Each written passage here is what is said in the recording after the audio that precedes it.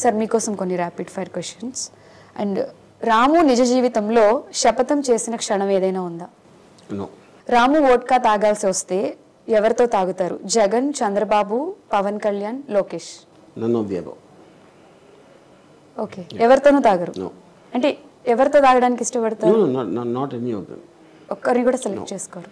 Okay, Lokesh biopic తీయాల్సి వస్తే దానికి మీరు ఏం పేరు పెడతారు? పప్పు. పప్పు. రామ్ గోపాల్ వర్మ రెడ్ బుక్ లో ఎవరి పేర్లైనా ఉంటే? నేను బుక్ లో రాసినంత స్టూపిడ్ థింగ్స్ నేను చేయను. స్టూపిడ్ థింగ్స్ చేయరు. పప్పు అని అంతే. ఎందుకంటే ఇప్పుడు ఇవాళ మీ చేతిలో సెల్ ఫోన్ ఉన్నప్పుడు సెల్ ఫోన్ నోట్స్ లో పెట్టుకోవచ్చు. అది ఎర్ర బుక్ ఎందుకు దానికి? సో మీ నోట్స్ లో పెట్టుకున్నారా పోనీ? మీకు ఎనిమిస్ ఉండరు అసలు. ఓకే, ఎంత ఇష్యూస్ అయినా వాళ్ళని ఫ్రెండ్లని ట్రీట్ చేస్తూ ఉంటే అప్పటికప్పుడే ఏదో చేస్తాను, అంతేగాని బుక్లో రాసుకుని ఎక్కడో రాసుకుని అది అలాంటివి చేయను. ఓకే, వ్యూహాలు పన్ని. రియల్ లైఫ్ లో ఎవరికైనా వ్యూహం పన్నారా ఎప్పుడైనా? నో. లైఫ్ లో మీరు బాగా భయపడిన సిచ్యువేషన్? ఇప్పుడు కాదు. మీ దేవుడు లోకేష్ కి మీరు ఇచ్చే ఒక సలహా ఏదైనా ఉందంటే ఏం చెప్తారు? వ్యూహాలు పనటం మానేయాలి.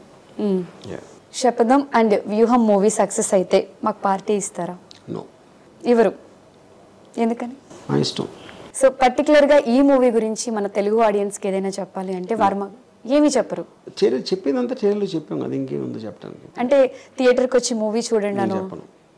అంటే మీ మూవీకి ప్రమోషన్ అవసరం లేదంటారా? ప్రమోషన్ ఇదే ప్రమోషన్. ఇలాంటివి చెప్తే దయచేసి అందరూ రండి అని ఎవరు రారు అక్కడ.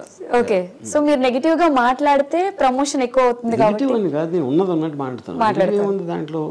సో వర్మ గారు నెక్స్ట్ తీయబోయే మూవీస్ ఎలా ఉండబోతున్నాయి? అది తీసినప్పుడు తెలుస్తుంది. తీసినప్పుడు తెలుస్తుంది. అంటే ప్రెసెంట్ ప్లాన్స్ అయితే ఏం లేవు.